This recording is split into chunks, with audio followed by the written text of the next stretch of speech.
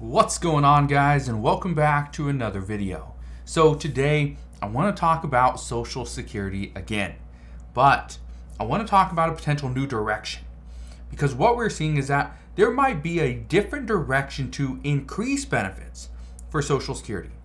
Now, here's the thing. As of right now, what lawmakers are discussing is keeping benefits the same, because the direction that we are currently facing and currently headed to is we are going to see cuts of about 22%. Now, nobody wants that. That is going to just, decimate all. Here's what people are discussing. Let's raise tax revenue. In order to raise tax revenue, we need to either increase the tax rate, we need to tax more people, right? Well, there's so many different variables here.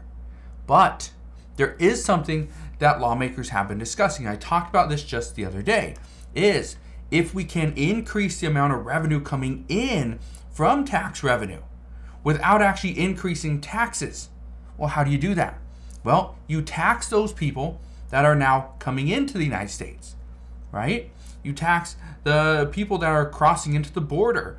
You allow more immigrants to come into the United States. This would actually improve things, because we would actually take some of the money that is going from them, right, that they're earning, we tax their wages, then we don't have to tax the millionaires and billionaires and the large corporations. Now, here's the reason why I want to bring this up today. Here's a new direction. What if we don't have to go and allow more people into the United States?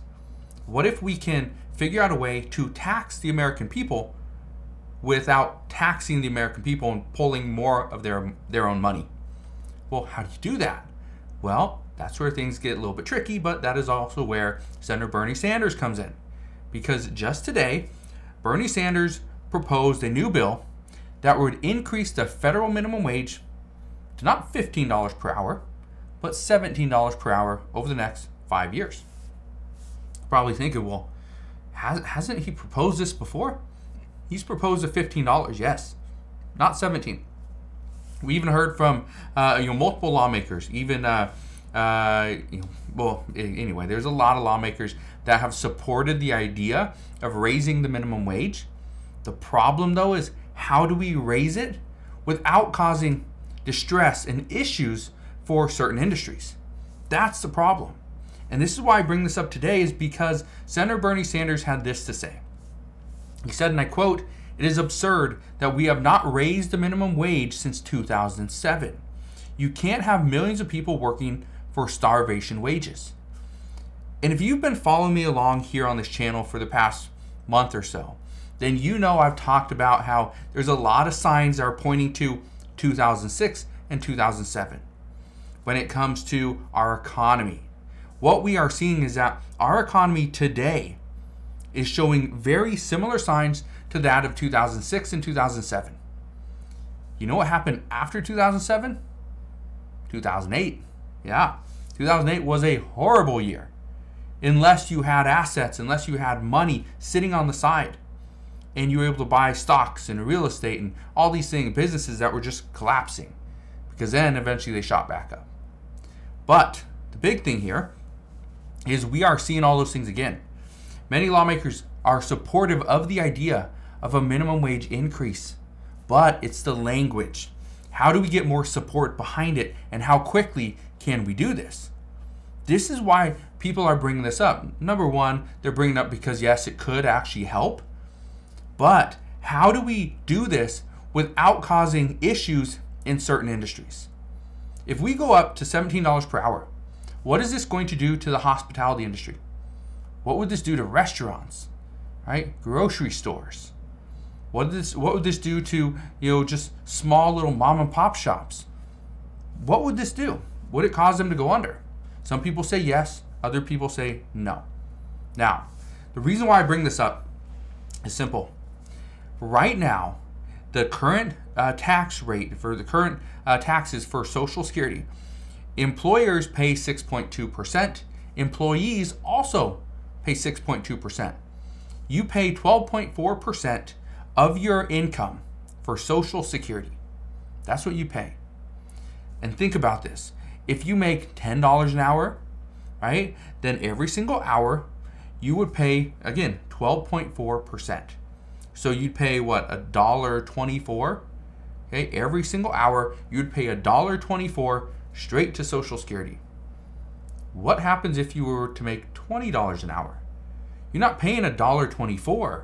You're paying $2.48. Yeah, it's different.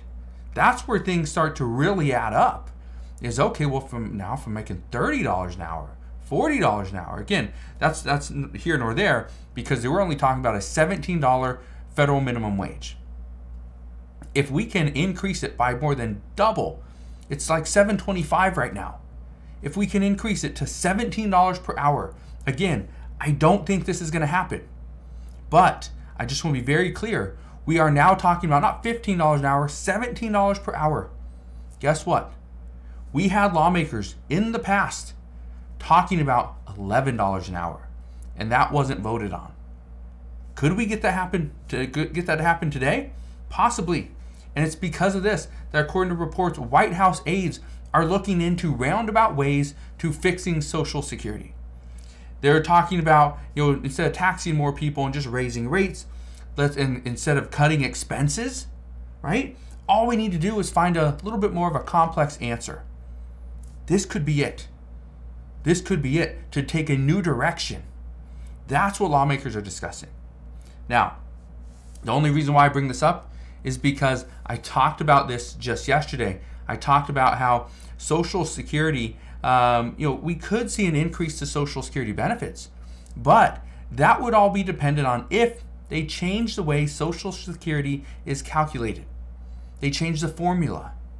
If you didn't get a chance to go and watch that video, go and watch it. I just did it yesterday. Okay, go and watch that video. It will explain what's going on there and how a change in the calculation could actually increase your monthly benefits. It's interesting.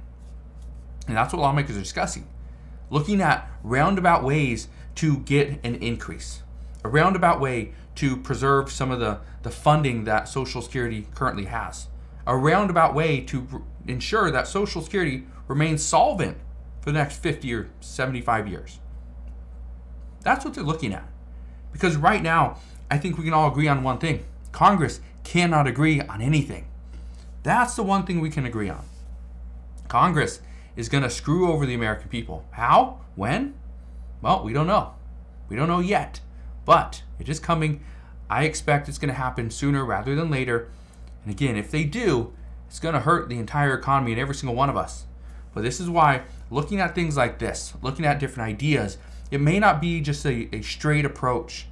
We might have to find a roundabout way to fix Social Security, fix immigration, fix our economy, fix hourly wages, fix everything. But if we can do it and we're successful with it, things will ultimately get better. So, just wanted to fill you in on that because I know a lot of people are wondering what's going to happen with Social Security. At this point, there's a lot of talks, but talks aren't doing a whole lot because as of right now, there's very little action. But as we get more information, as we get more updates, I promise I will fill you in on all the latest news and updates. Again, thank you guys for watching. Consider subscribing, and I'll see you guys on the next one.